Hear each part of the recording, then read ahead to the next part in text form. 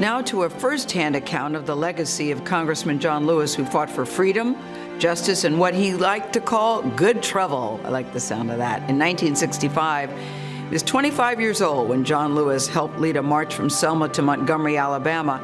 It marked a turning point in the civil rights movement.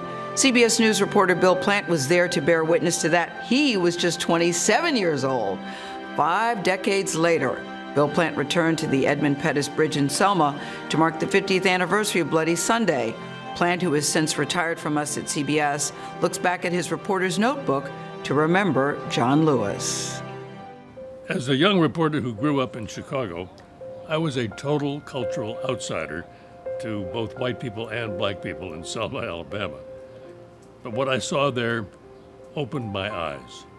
I was shocked by the raw hatred that I saw as the black people there tried to register to vote every day and got beaten back by the local sheriff. And then when the voting rights marchers went one night to a small town nearby, local people joined the state troopers in beating the protesters and reporters. Jimmy Lee Jackson was shot by a trooper and he later died. It was during his funeral that John Lewis and others came up with the idea of marching to the state capitol in Montgomery from Selma as a protest. We're marching to our state capitol to dramatize to our nation and to the world our determination to win first-class citizenship. Turn me round, turn me round. That march exploded into state-sanctioned violence. It'll be detrimental to your safety to continue this march. When the troopers charged, Lewis was beaten, trampled, and gassed. I thought I was going to die. I thought I saw death. But what amazed me was that despite the anger, the protests remained nonviolent. That was hard for a lot of people to understand. The date we can march by this very same spot without being stopped and without being harassed up to this point. But it was a goal from which Dr. King and John Lewis never wavered, even though, as John Lewis said at the time, it's hard to love the person who's hurting me. What happened that day in Selma registered very sharply in the conscience of the nation because they saw it on TV. What was sought by this march from Selma to Montgomery has been achieved. A couple of weeks later, when the protesters were successful in reaching Montgomery, Dr. King predicted that segregation was on its deathbed, and John Lewis continued to reach what he called the beloved community.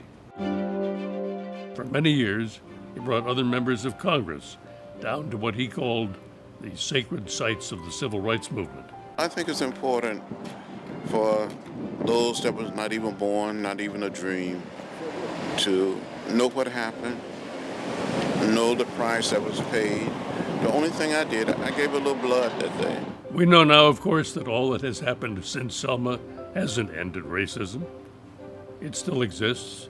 Voting rights are still not always guaranteed. But John Lewis continued all his life to make clear that the struggle for equality continues. And even though he was a man of deep faith, he didn't preach religious values. He lived them.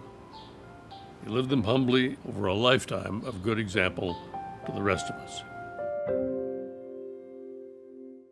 He always said that what he did was getting in the way, making trouble, but good trouble. Gayle? Yeah. I look at those words very differently now, good trouble. But Bill Plante, what great memories for you. And I love when John Lewis said, all I lost was a little blood that day. All I gave was a little blood that day. He gave so much more than that. Well, Gayle, he was the real deal. He is the only person in public life whom I covered over 52 years at CBS who always practiced what he preached. You can't say that about anybody else. I can't. No, I'm with you on that. You know, they said about him that he fought his whole life to show that Black lives matter, that he never judged you. He just wanted you to be responsible, and he never, ever missed an opportunity to educate. Did you feel that was true, too, based on your dealings with him?